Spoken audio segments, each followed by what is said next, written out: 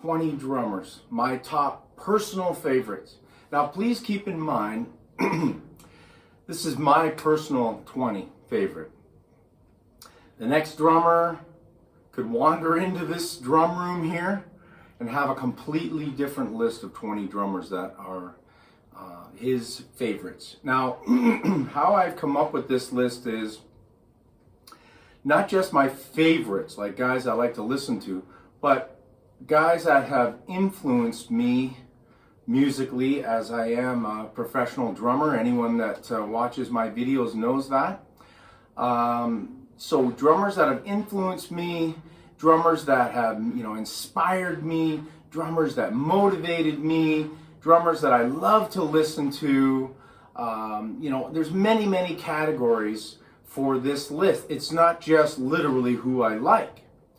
A lot of the drummers on this list, and I'll point them out as we sort of go through them, I've studied with, which is fantastic. I've been very fortunate, okay? Now, the way I've done it is I have 20 top drummers, or top 20 drummers that I like the best, and I've divided it into two videos. So this is the first of two, and it's 20 down to number 10, all right? And there's also going to be some honorable mention, because there are some guys that I've influenced and touched by so many drummers. Really, this list should be a list of 1,000. But I could only narrow it down to 20. And I'm going to tell you, it was really hard to do that. Oh, I forgot about this guy. Oh, what about this guy? Now, the order that they appear in, also extremely difficult. I don't think the top 5 were difficult, because those are the top 5 guys that definitely I look up to the most. But 6 to 20 was very difficult. Plus honorable mention. Honestly, the honorable mention could be swapped in easily. So let's start with number 20. Drummer from Styx, Todd Zuckerman. Todd, amazing drummer, amazing teacher. Attended Todd's master classes, and I've also done some stuff online with him. Fantastic guy, fantastic player. I've seen Styx live a number of times, and I've learned so much from Todd. He's inspired me to so much. He inspired me to practice. And I talked to Todd about the mental game, which is really important part of being a musician. Number 19, another guy that I've also done online lessons with, Dave Weckel. Incredible. Dave Weckel, one of the greatest drummers of all time, in my opinion. Heavily influenced me, his playing with Chick Corea, his solo stuff, plus other stuff that he's done, has just been monumental in my development as a drummer. From the 80s, I remember his VHS that he put out, instructional video, back in mid-80s sometime. Man, I wore that thing out, especially the part about triplets, because he's so smooth in his transitioning through the different triplets. I wore that tape out. Number 18, again, another guy that I've studied with in person, drove all the way to Nashville to his house. Zorro the drummer, who's played with DeBarge, Lenny Kravitz, solo stuff. Zorro the drummer, honestly, top groove drummer, killer. And I went there to study with him, to get inside his head and figure out what is happening with the way he plays his grooves. He gave me some great exercises, and I learned a lot studying with him. Fantastic drummer, fantastic person. A lot of the drummers on this list have something in common. A lot of them are really great people. They're not just great drummers, they're great people as well. Number 17, again, difficult to find placings. Am I going to put him 17? Am I going to put him number 1? That's how tight this list is. Buddy Rich. My drum teacher, Dom Famulero, who I've studied with for the last 12 or 13 years, he tells me all kinds of stories about his time with Buddy, studying with Buddy, knowing Buddy, hanging out with Buddy. And I'm like a little kid on the edge of my seat listening to him when he's talking about stories about Buddy Rich. I mean, the greatest drummer of all time, in my opinion. Definitely inspiring and motivating thousands and thousands of drummers to play. I mean, really, what can I say about Buddy Rich? This next guy, I love this guy. Again, difficult placing him in my list. I couldn't find a place for him. I kept switching it around constantly. Nicole Mcbrain of Iron Maiden. I love Nico. I love his playing. I love his personality. He's so much fun. I love Iron Maiden's music. I've seen Nico play live. I actually had an unbelievable experience of seeing Nico play in a restaurant in Florida one time with an Iron Maiden tribute band. And I laughed my ass off. I'm like, are you kidding me? Nico's playing with an Iron Maiden tribute band?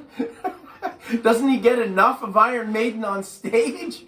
But no, the guy's playing with a tribute band, and it was awesome. And I got a chance to talk to him. Fantastic guy, fantastic. Number 15, another groove master. This guy inspired everybody to up their game in the groove department. Clyde Stubblefield from James Brown. Is there a funkier drummer on earth? No. Now, sadly, Clyde is not with us anymore. He died not too long ago. I'm not exactly sure when, maybe 2-3 years ago. But Clyde, I mean, his groove, those beats that he played with James Brown, I've learned them all. I've been so heavily influenced by his displacement of beats, like taking, instead of playing 2 and 4 necessarily on the snare drum, he pushes it to the and, he pushes it to the And he was the guy that I learned how to play, instead of playing a backbeat on 2 or on beat 4, do an open hi-hat followed by a backbeat. Amazing. So I can't say enough about how much Clyde Stubblefield has influenced me and thousands of other drummers. Okay, number 14, this guy is a legend, played on more hit records than any drummer in the history of music, Hal Blaine. Now, what's funny about Hal is I didn't realize how much he influenced me as I've been going through my life as a drummer. I started playing drums at the age of 7. Unbelievably, Hal was already influencing me at that age. Influencing me heavily, because when I was 7, that was a long time ago, the early 70s. Hal was the king of the studio drummers back in the day. You know, there's a great Netflix documentary on Hal and the group of musicians that he played with in LA. And another legendary guy, hundreds and hundreds of songs that this guy's played on that you just don't realize you knew. What? That was Hal Blaine? I had no idea. Hal Blaine played on all the Beach Boy tunes, all the Monkey tunes. He was a king in the 60s and 70s of the studio and hit-making machine era. Number 13, another guy. This guy has influenced me heavily. He influenced the way I play double bass, the kick drum, and the hi-hat, and that's Carter Bulford from Dave Matthews. I love the way Carter inserts beautiful little double bass licks inside of a groove. He's not playing double bass like a heavy metal drummer would play with the constant 16s. He shoots him in like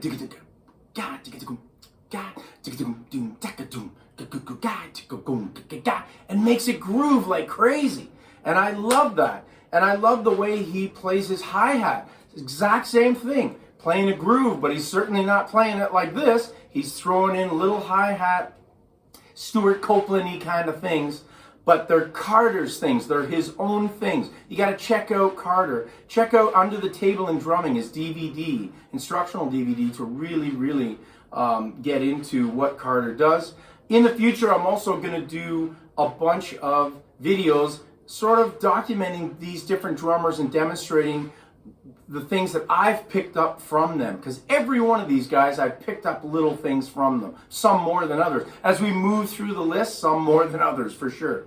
Number 13, Gavin Harrison of Porcupine Tree and And Pineapple Thief.